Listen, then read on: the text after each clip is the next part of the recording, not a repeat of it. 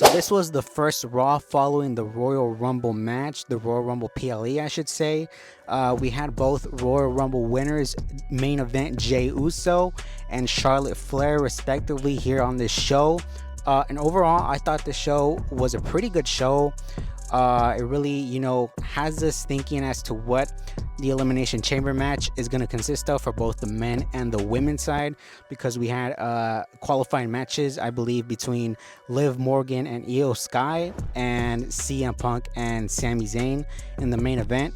So I want to start off here real quick with Jey Uso, because a lot has been said about Jey Uso.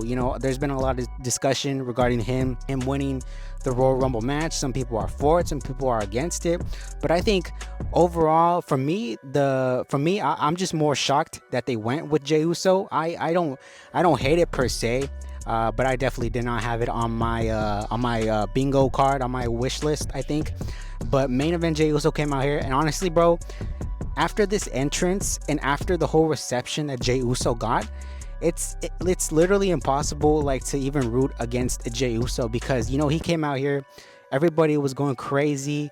This crowd is going crazy for Jey Uso. They stopped his entrance music, and then the crowd was almost demanding for an encore of Jey Uso's entrance music, because they wanted to continue eating, with everybody. And this is the first time that I've seen, something like this happen, where the music will stop, but then it'll, continue to play once again, just so everybody can feel the enthusiasm that Jey Uso comes out to, because like it or not, Jey Uso is a massive star for this company. And I think that it's actually great that for once they're actually taking a chance on someone other than a Roman or a Punk or a Cena, because either way I think people are going to complain whether it was Jey or whether it was Roman or Cena. So I think the fact that he won doesn't really bother me. And a lot was said as to who he's going to challenge here. He did cut a very passionate promo where you could visibly see him tearing up. How he started out as, just a tag team wrestler, and how he evolved, as the Bloodline, when that whole thing started up during the pandemic era, and how at first when he broke away with the Bloodline, he was very nervous and very trepidatious as to starting his own singles run. And now the fact that he's the Royal Rumble winner and he's got all these wins under his belt, and you could visibly see him very emotional. And honestly, who wouldn't be emotional? If you're Jey Uso, why wouldn't you be emotional? You know what I mean? But then after a while, we got Gunther. Gunther comes out, and essentially what a lot of people on the internet were thinking about, Gunther literally said his points were the fact that Gunther doesn't see Jey Uso as a serious threat. He says that, if it was anybody else, like a Cena or a Punk or a Reigns, that won the Rumble match and decided to challenge Gunther, then that would have raised Gunther's stock, because if Gunther, was to beat a certain star like that, like a Punk or a Cena or a Reigns, then that would elevate him.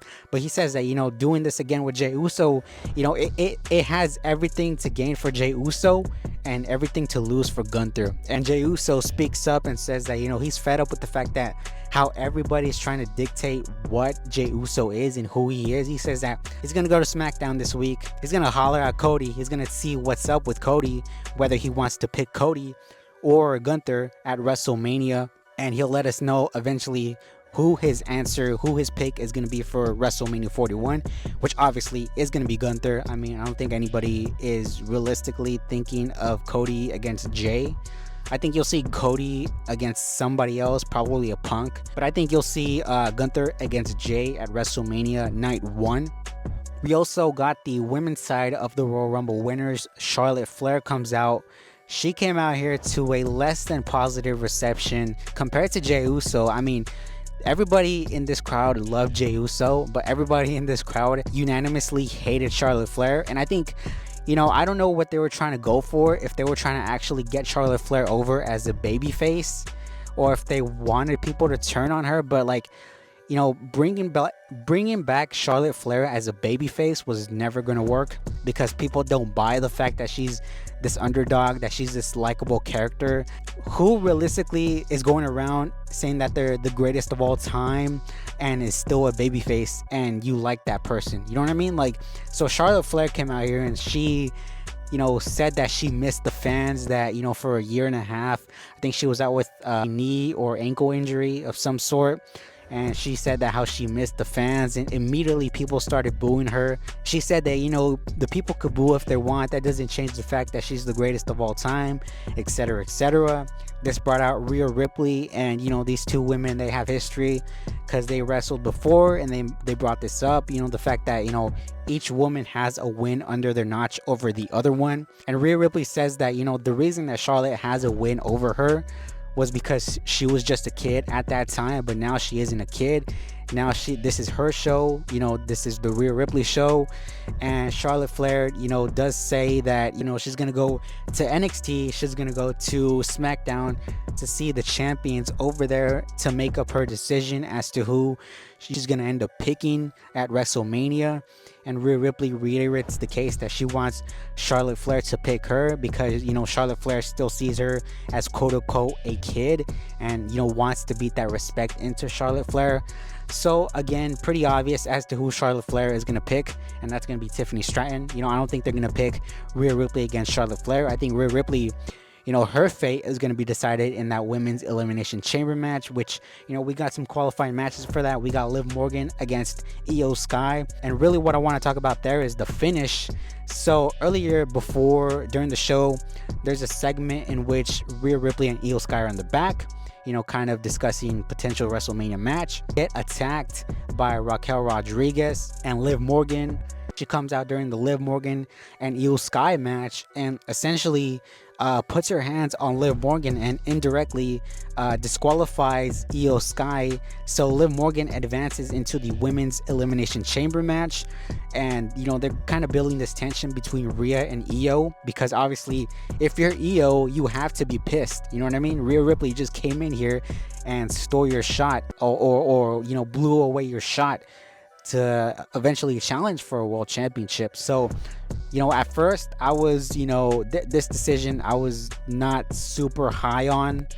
I was like, really? That's it? That's what we're going to do with Io? But I think what's going to end up happening is Io Sky, like a redemption match where past, losers from this whole bracket, you meet up for like a one last chance match. And I think that's where Io Sky ends up regaining her opportunity to potentially face Rhea Ripley. I think that may be the direction that they're going in. We also got Penta against Ludwig Kaiser. I think this is a great way to get Penta over. He got a win here tonight. Obviously, Penta, they're super high on Penta right now. You love to see Penta get a massive win over Ludwig Kaiser here tonight. We also got some moves as far as AJ Styles. He's going to be over on Monday Night Raw as of tonight. Also hyping up the fact that on commentary, regarding Roman Reigns, that he's going to be out for a while due to the injuries that he, might have sustained at the Royal Rumble, which I immediately called as like bullshit. I said, this guy, Roman Reigns, he wasn't going to show up regardless, even if he was fine. And that brought us up to the segment in which we're going to go over right now, which was Seth Rollins.